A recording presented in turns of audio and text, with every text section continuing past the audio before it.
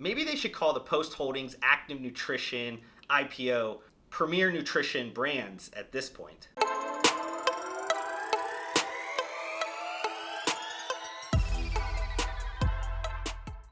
If you guys hadn't seen my last breakdown of Post Holdings, technically the first one that I did on YouTube, you guys might not know that the $6 billion CPG portfolio that's best known for their cereals does actually have an active nutrition segment that's fast approaching $1 billion in the fiscal year of 2019. They won't hit it this year. I think they'll probably hit it in fiscal year 2020. But this segment, the active nutrition segment within Post Holdings, are brands that sell protein shakes and other ready-to-drink beverages, powders, and nutritional bars. They kind of break this up into two areas. There's the Premier Nutrition brands. This is made up primarily of Premier Nutrition, but also includes Supreme Protein, Powerbar, and Joint Juice. And then they also have another segment just with Dymatize Nutrition. Now, at the beginning of the video, I commented about an IPO. If you guys are not aware of that, Post Holdings is spinning off the active nutrition portfolio. They did announce that in November of 2018. They did file paperwork, amended paperwork a few different times, I think earliest in maybe April of 2019. They still think that IPO will be somewhere in late September, early October. That is also around the fiscal year end for Post Holdings, so they're on a little bit different of a timing schedule than just the general calendar year. But in this video, I want to break down their earnings, break down some of the individual segments within the active nutrition portfolio. I'm not going to be talking about the overall Post Holdings business, not talking about some of their cereal businesses and things like that. If you guys follow me on LinkedIn, you guys know on my J. Schall Consulting company page, I do break down a lot of the CPG or fast-moving consumer good categories, sometimes retailers and things that kind of are associated in the ecosystem. I do break down all of those in some simplistic kind of top 3 things you should be paying attention to in each one of those breakdowns. So if you guys are not following me there on my personal page or my company page, make sure you guys do that.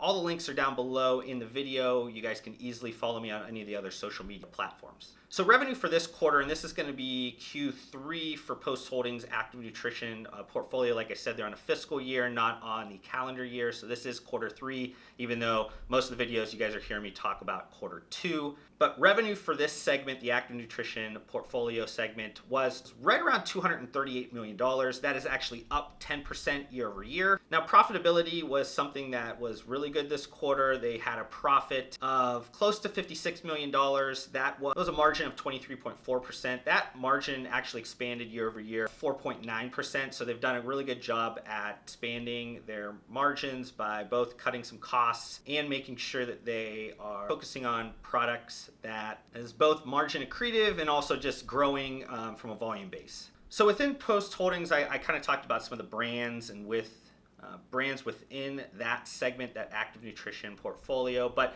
in terms of how they report in kind of classifications of products. So they have the biggest piece of their pie, that's the ready-to-drink protein and other beverages. They also have a nutritional bar section, and then a powder section, and then just kind of another section that is a catch-all. So we'll kind of start at the top, the RTD business, and this is primarily the Premier Nutrition RTD protein beverages.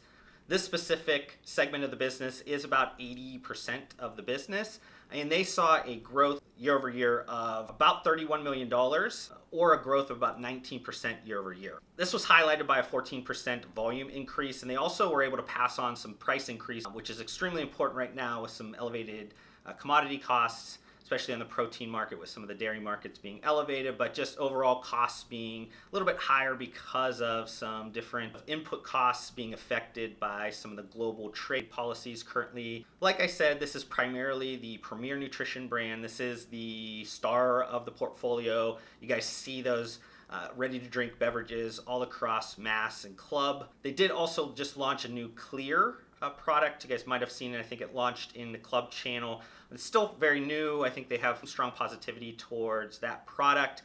That is a little bit different because it's like fruit flavors and would be more related to like a protein water type of a category. But Post Holdings, they believe this is the future of this portfolio. They are focusing a lot of their attention on the beverages section of this. They expect this growth to continue throughout the rest of 2019, where they are seeing double-digit growth numbers, but like I said, also margin accretive, where they believe that's going to be growing along with the growth in volume and sales numbers. Now, talk about kind of the powder business. This is not necessarily only Dymatize Nutrition. I would say they probably have the most amount of SKUs within the powder division, but Premier Nutrition also has some powders. But sales in powders were down 8% this quarter, which is about $2.5 million in down revenue. The powder division actually is up over the 9-month period, so this was kind of a down quarter for whatever reason. But they're saying volumes are down about 4% year over year in this quarter. They think the declines are mostly coming from the area of specialty retail. So supplement specialty retail is kind of having a tough time at this point.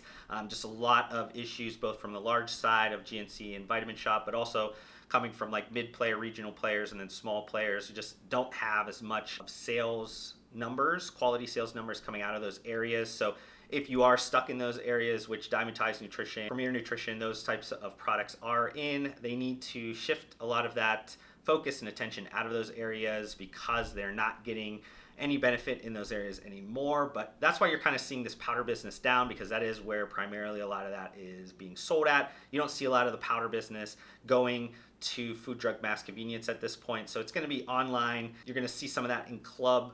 It's going to be a tough ride to get growth out of the specialty channel just with a basic powdered product. And they were mentioning that a lot of the issues also came from just like a net selling price decrease. You have a lot more marketing costs that go into even driving the same amount of volume that you've had before. So those cost increase are affecting overall net sales growth within the powdered business of this segment. And like I said, this is mostly, I would say at this point, made up from Dymatize Nutrition's portfolio.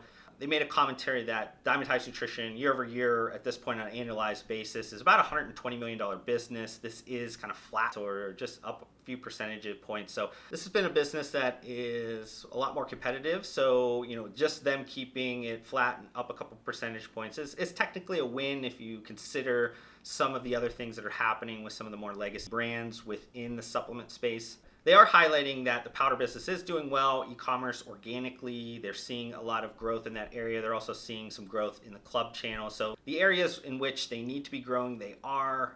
They just need to make sure they decouple themselves from more of the specialty retail that's struggling right now. That's kind of the same thing that's happening as well from Glambia, if you guys remember that earnings video that I did a week ago. Now, the nutritional bar business is one that's really struggling for them. It has last quarter, it is this quarter as well. Revenue is down 29% or about $6.4 million. They're saying volumes are down 37%. So this business is pretty much taking a nosedive at this point. They're saying distribution losses and also strategic sales reductions. They're taking away a lot of the SKUs that just aren't selling. They're eliminating those. So that's obviously creating some comparative sales issues. And just to kind of talk about the bar business as a whole, I mean, dealing with just the elevated competitive landscape at this point, you have low barriers of entry, you have a lot of new entrants getting into the market that are driving prices down. They're also fragmenting the market, so it's creating some different demands from consumers that are no longer being addressed by the current SKUs within the active nutrition portfolio of Post Holdings. And this business, the nutritional bar businesses, it does have like a higher churn rate. You have a lot of switching between consumers. So as there's new products getting into the market, it's natural that those consumers are trying different things. And sometimes when they do try a couple different products, they might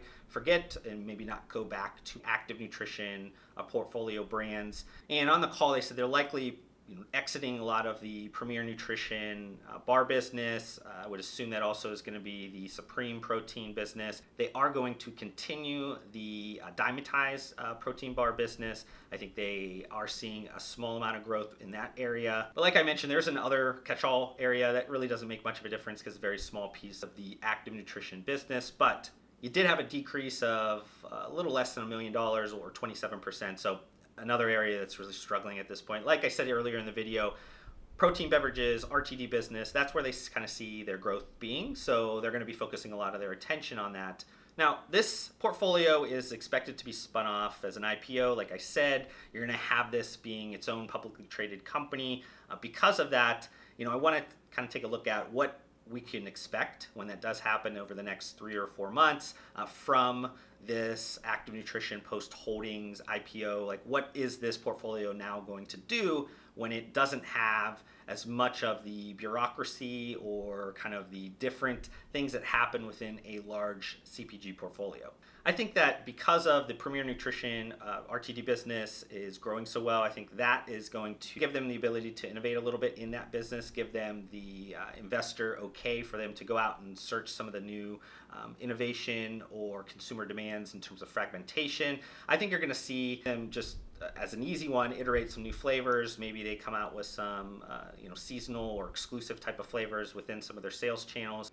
I think it's obvious for them to go after some plant protein in some sense. They need to go after that trend. And then you never know in terms of them changing maybe some of their protein sources, maybe going after egg, maybe going after some type of a keto beverage or something like that. I would say that maybe is getting a little bit away from the Premier Nutrition brand. That might be something where they go out and acquire a different brand. I think that plant-based makes a little bit more sense. Some new flavors make a lot more sense. Kind of see what that's going on, but I think that's going to be a major focus for them. To me, they didn't really alert this, but I think it's already kind of happening or it should happen. They should drop the Supreme protein bar business. I really don't see any fit for that at this point.